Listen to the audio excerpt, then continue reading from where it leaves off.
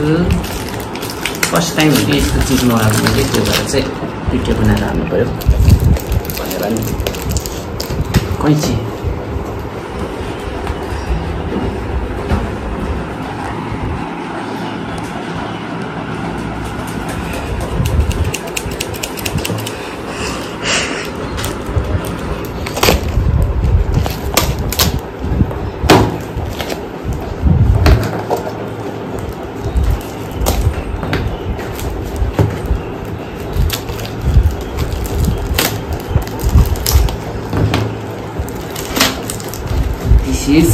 here. I don't have any idea about this. Wow. A plant. Live plant. भगवान कुन चाहिँ plant मगाएको त्यो पनि अनलाइन मैले नगरेन हो मैले कतिपल्ट बनाउनु उठेको दिन 3 पल्ट भइसक्यो एउटा के हो यो गरमले चाहिँ यस्तो भइसक्यो के प्लान्ट हो यो डरै लाग्दो ए डोन्ट वरी पैसा तिरेको प्लान्ट को हालत कति खर्च यो के हुँदैन के हो यो हुनु चाहिँ चाहिएको यसको भेराइटिज यो के हो एडेनियम हो हैन एडेनियम चाहिँ यस्तो हुन्छ र कलर मल्टी कलर हुन्छ यसमा कस्तो आउँछ ओ माय गॉड देखाउँछु यसले कस्तो फुल्छ तिनटा ओ सारोटा दामी रहेछ 5 पिस आज तिम्रो यो काम छ 5 पिस आएछ हो हेल्दी रहेछ यिनीहरू यो एउटा चाहिँ अलिकति खराब भएछ कसको मगाएको यो अमेजनबाट भन्छु ए हैन त्यो आन्टीकोमा मगा कतिवटा हो 5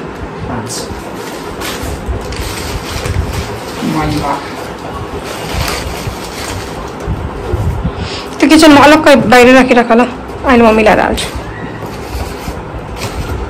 अरू ठाउँमा त नझार है यहीँ सोफाबाटै हुनुपर्छ खै के गर्नुपर्छ काटेको किनभने यो मुनिकोले सरिहाल्छ नि त है मुनि तर यसको चाहिँ अलिकति यस्तो भइसकेको रहेछ होइन जान्छ तर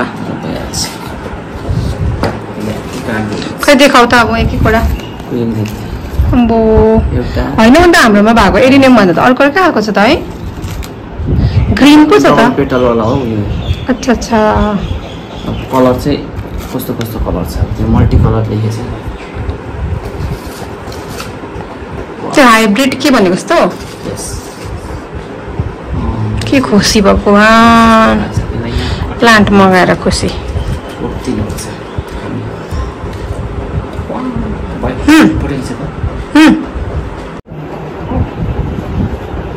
म यसलाई रोप्न जान्दैछु है अनि म देखाउँछु अरू त पट पो छ कि छैन पट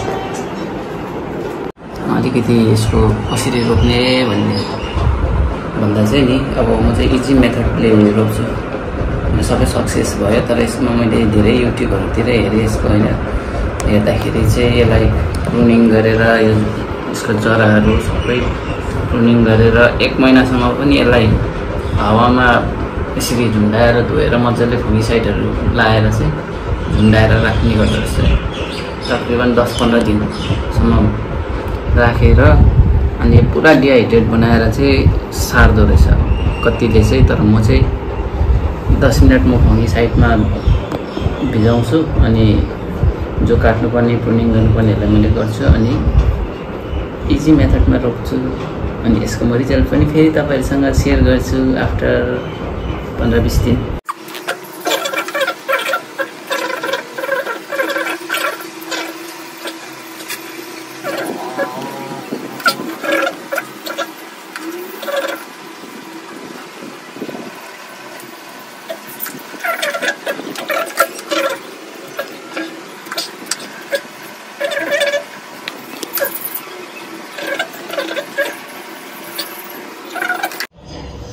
फाइनली मैले चाहिँ धोएर चाहिँ टिक्कै पारेको थिएँ सफा बनिसकेको चाहिँ यसको सबै काटिदिएको छु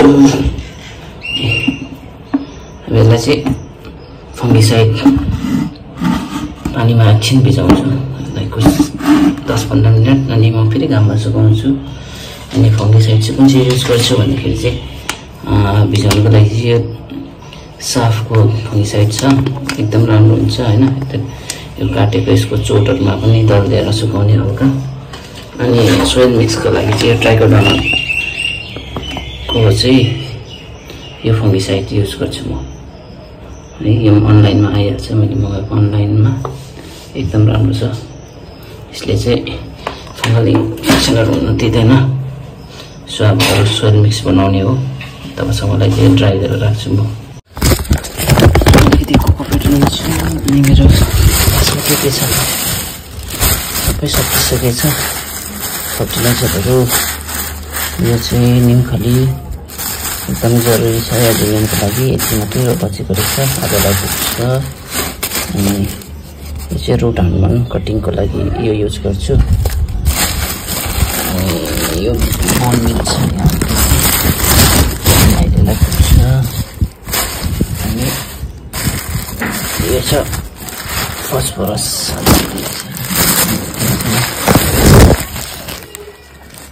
यसरी म तयार गरेर राख्छु यहाँनिर।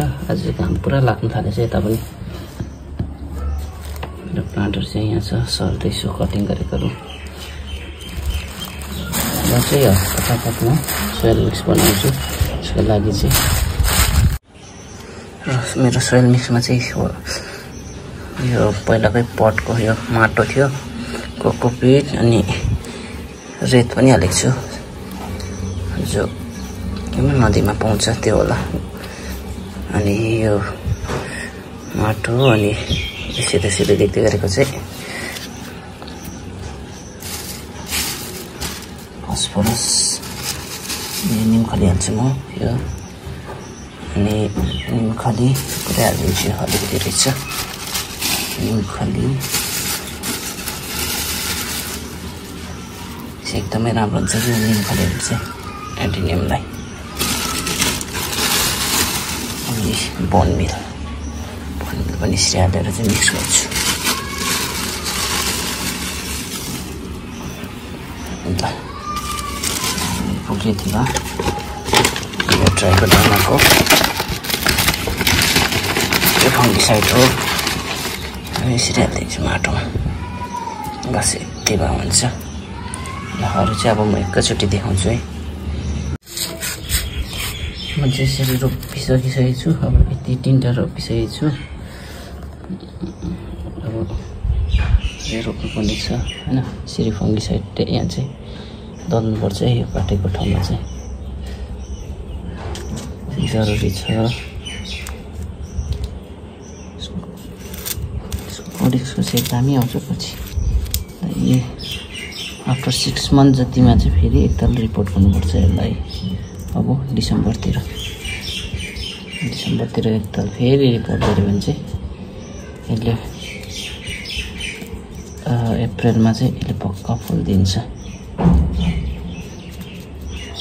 अब हेरौँ यो कति सक्सेस हुन्छ, कति टाइम लाग्छ। म नोट गरेर राख्छु। यसको कोडेक्स कुहिएको थियो, सो एमएलडी क्ल्याप गरेर काटिदिइसकेको छु। यो मुनि चाहिँ केही कोही डकुमेन्टहरू राखेर चाहिँ यसरी गर्नुपर्छ। अनि साइडबाट जरा आउँछ है। ल फाइनली मैले चाहिँ मेरो प्लान्टहरू सबै यसरी सारिसकेको छु हैन। लास्टमा मैले यसरी फङ्गो साइडको पानी पनि हालेको छु। अनि अब यसलाई चाहिँ हप्ता दिनसम्म चाहिँ पानी दिनु हुँदैन, जबसम्म एकदम पुरा ड्राई हुँदैन तबसम्म यसलाई पानी दिनु हुँदैन हैन।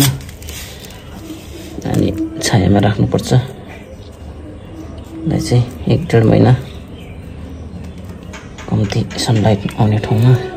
यो चाहिँ यहाँनिर चाहिँ बेलुकाको एक टाइम चाहिँ घाम लाग्छ, तर पनि म कुनामा राखेर चाहिँ यसलाई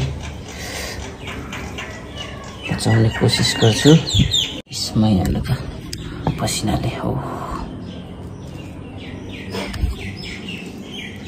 माटो पनि उठ्यो अलिकति, रुखको लागि गर्नुपर्छ। यो तबसम्मको लागि चाहिँ मैले चाहिँ उयो कुनामा हाल्छु, राख्छु। मेरो अलरेडी कटिङहरू छ यहाँनिर राख्छु म। यो यहाँनिर मैले गोदावरीको कटिङ सारेको छु अनि यहाँनिर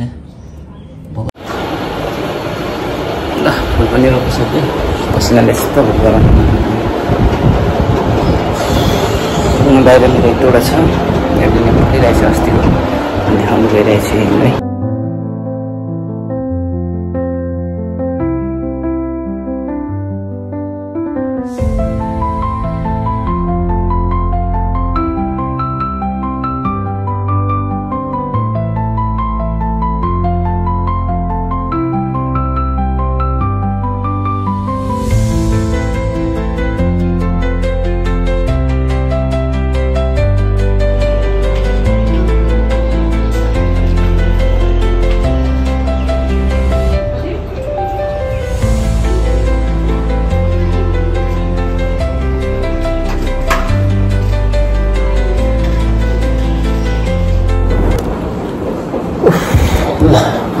रोपिसकेँ अब अनि टुक्सिरहेको खोज्छु होइन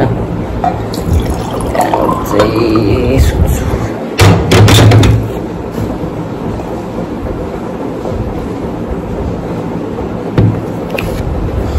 हेरेर कमेन्ट गरिदिनुहोस् ल कस्तो रहेछ अनि यो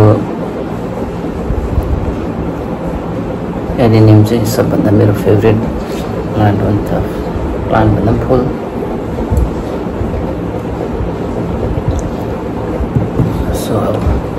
आजको ब्लग चाहिँ यहीँ समाप्त गर्न चाहन्छु धन्यवाद पसिना हेर्नु नै लो लास्टै गरम छ अझ यसो सन्डे पनि अब यही काम आजको खालि ओके थ्याङ्क यू